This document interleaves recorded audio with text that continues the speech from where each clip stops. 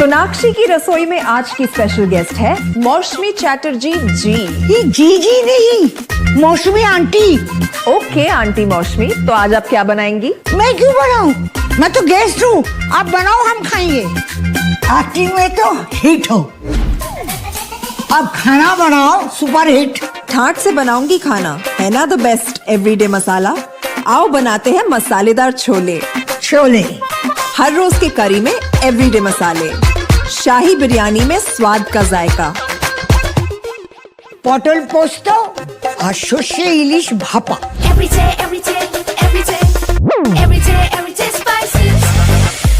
साफ मसाले, खुशबू और प्योर झाग, टेस्ट से भर दे हर जुबान पे स्वाद। एवरीडे मसाले, देश का स्वाद।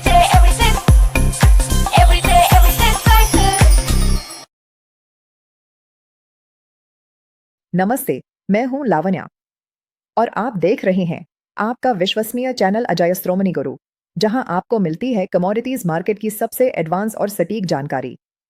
दर्शकों, पिछले कुछ दिनों से आयातित मटर यानी येलो पीस के बाजार में मिलाजुला रुख देखने को मिल रहा है।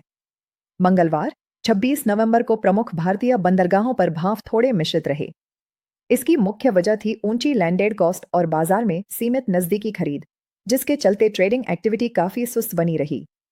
अगर हम प्रमुख पोर्ट्स पर नजर डालें तो मुंबई पोर्ट पर रूसी मटर में 25 रुपए की गिरावट आई और यह 3,475 रुपए प्रति क्विंटल पर आ गई, जबकि कनाडाई मटर 3,600 रुपए प्रति क्विंटल पर स्थिर रही। मुंद्रा पोर्ट पर भी कनाडाई और रूसी दोनों ही मटर के भाव 25 रुपए घटकर 3,425 रुपए प्रति क्विंटल पर बंद हुए। हालांकि कोलकाता में इसके विपरीत कनाडाई मटर में 50 रुपए की तेजी देखने को मिली और यह 3,800 रुपए प्रति क्विंटल पर पहुंच गई। ट्रेड सूत्र बताते हैं कि बाजार में खरीदारी सिर्फ जरूरत आधारित ही हो रही है, क्योंकि इंपोर्टर्स ऊंची रिप्लेसमेंट कॉस्ट के चलते अपना स्टॉक रिलीज करने में सावधानी बरत रहे हैं। इस समय घरेलू भाव अभी भी अंतर्राष्ट्रीय ऑफर्स से नीचे बने हुए हैं, जिससे बड़े सौदों की संभावना सीमित हो गई है। बाजार में एक बड़ा दबाव भारत सरकार द्वारा 1 नवंबर से लगाए गए 30% आयात शुल्क का भी है।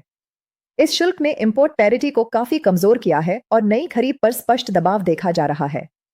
इसके बावजूद अंतर्राष्ट्रीय ऑफर्स में अभी तक कोई उल्लेखनीय नरमी नहीं आई है। अब बात करते हैं आगे के रुझान की। अप्रैल से सितंबर 2025 के दौरान मटर का आयात 10,16,000 टन से गिरकर केवल 3,42,000 टन रह गया है, जो एक बड़ी गिरावट है। चूंकि 30% ड्यूटी के बाद नए आयात की लैंडेड कॉस्ट घरेलू भाव से काफी ऊपर बैठ रही है, इसलिए नई इंपोर्ट बुकिंग अब भी कमजोर बनी हुई है। हालांकि देश में देसी मटर की आवक कम होने और खपत स्थिर रहने से इन्वेंट्री धीरे धीरे टाइट हो रही है। अब रुख करते हैं मसूर यानी रेड मसूर के बाजार की ओर।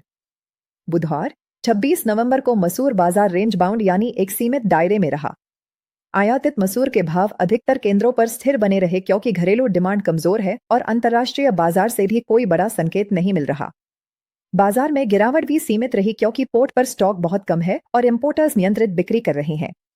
आयातित मसूर सेगमेंट में कनाडा मूल की मसूर दिल्ली में 6,125 रुपए प्रति क्विंटल पर स्थिर रही और मुंबई के विभिन्न पोर्ट्स पर भी भाव अपरिवर्तित रहे।